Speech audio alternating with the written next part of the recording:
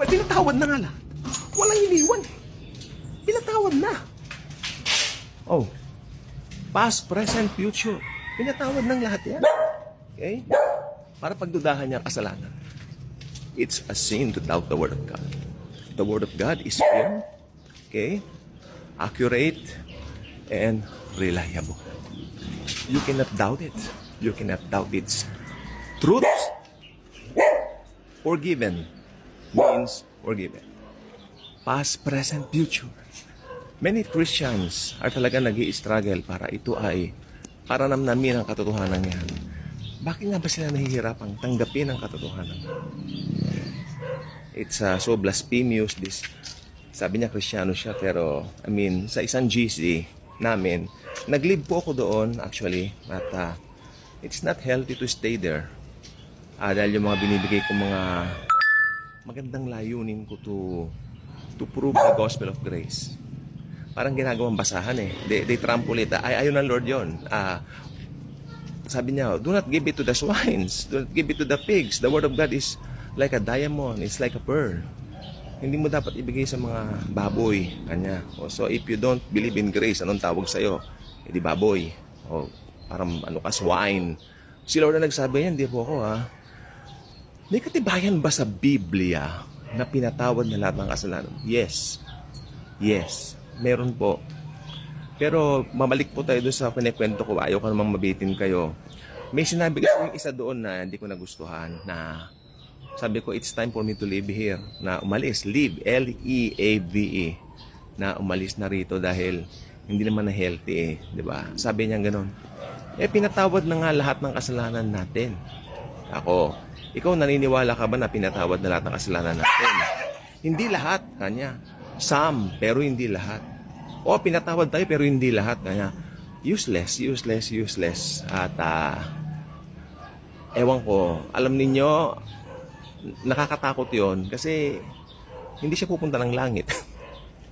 Kasi dapat paniniwala yung ginawa niya sa krus. You will believe in what He has done. Ang pagpunta sa langit, yung ginawa lang ni Cristo sa krus, hindi yung pwede mong gawin.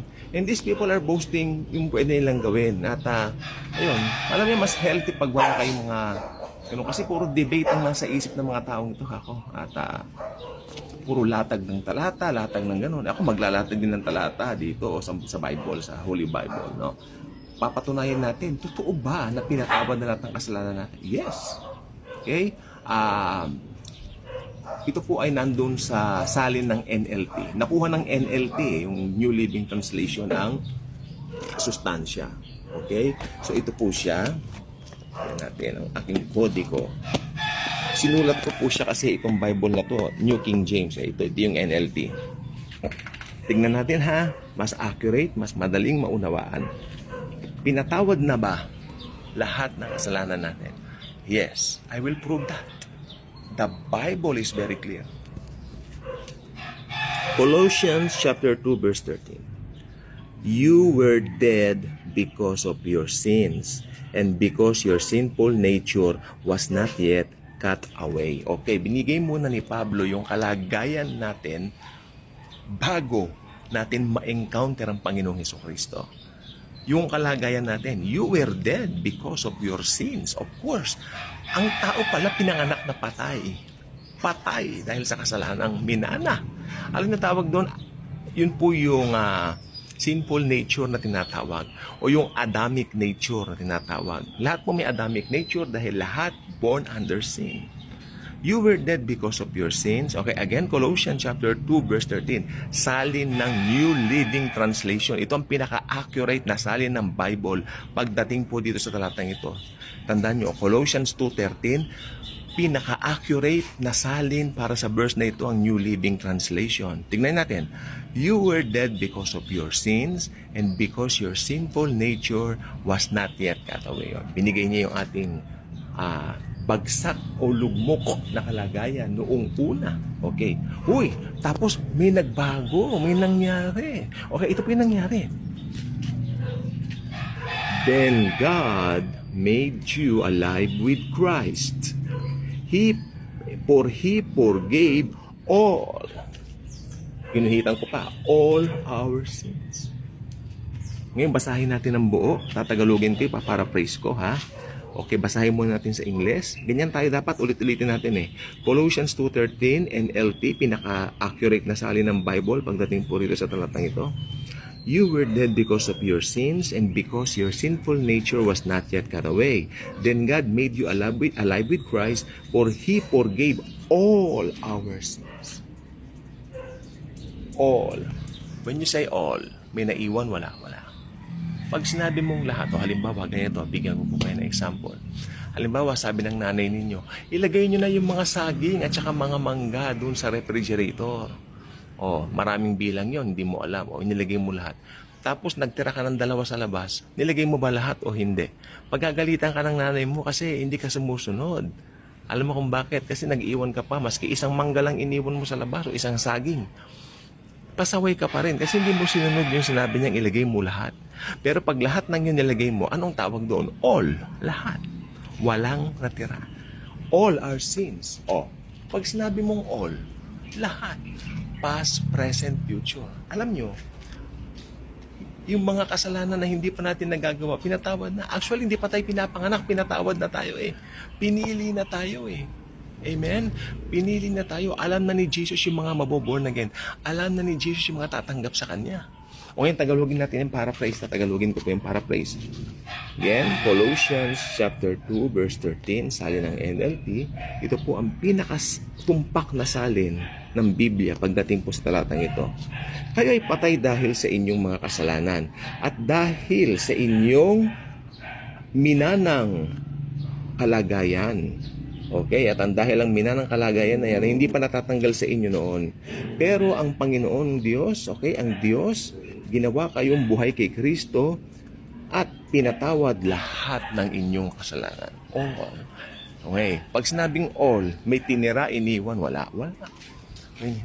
Pag sinabi ng Bible na all, it means all. Okay? So, wag tayong magaling-galingan. Huwag tayong lumaban sa katotohanan. Okay? Yung sinasabi ko po kanina, pinatawad daw ang kasalanan natin pero hindi lahat. May anong tingin mo kay Kristo? Anong tingin mo dun sa ginawa niya sa cross? So? Parang, hey, hello? Of course not. It's everything. Yun ang kailangan ng tao.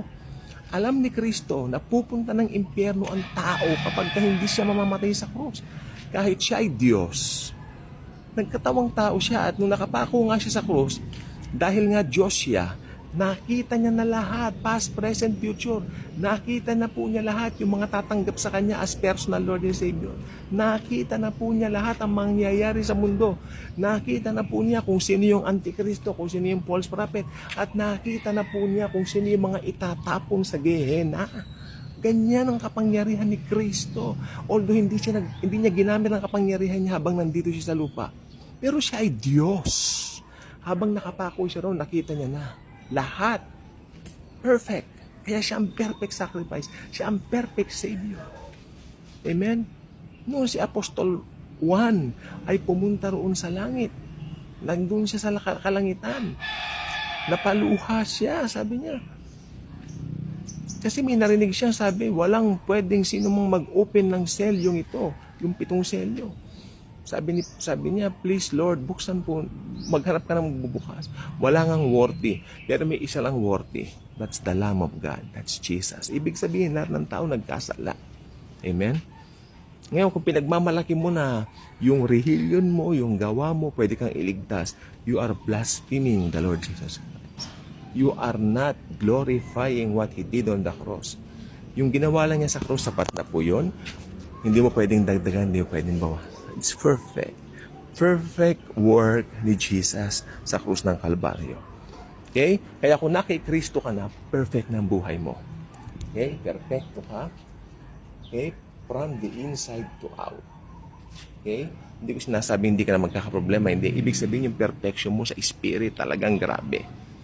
Okay? Again, pagbabasahin niyo po ito gamitin niyo po itong Colossians 2:13, NLT pa lang NLT. Kasi ito binasa ko medyo, ganoon din ang ibig sabihin dito, kaya lang hindi nakuha yung accuracy nitong NLT.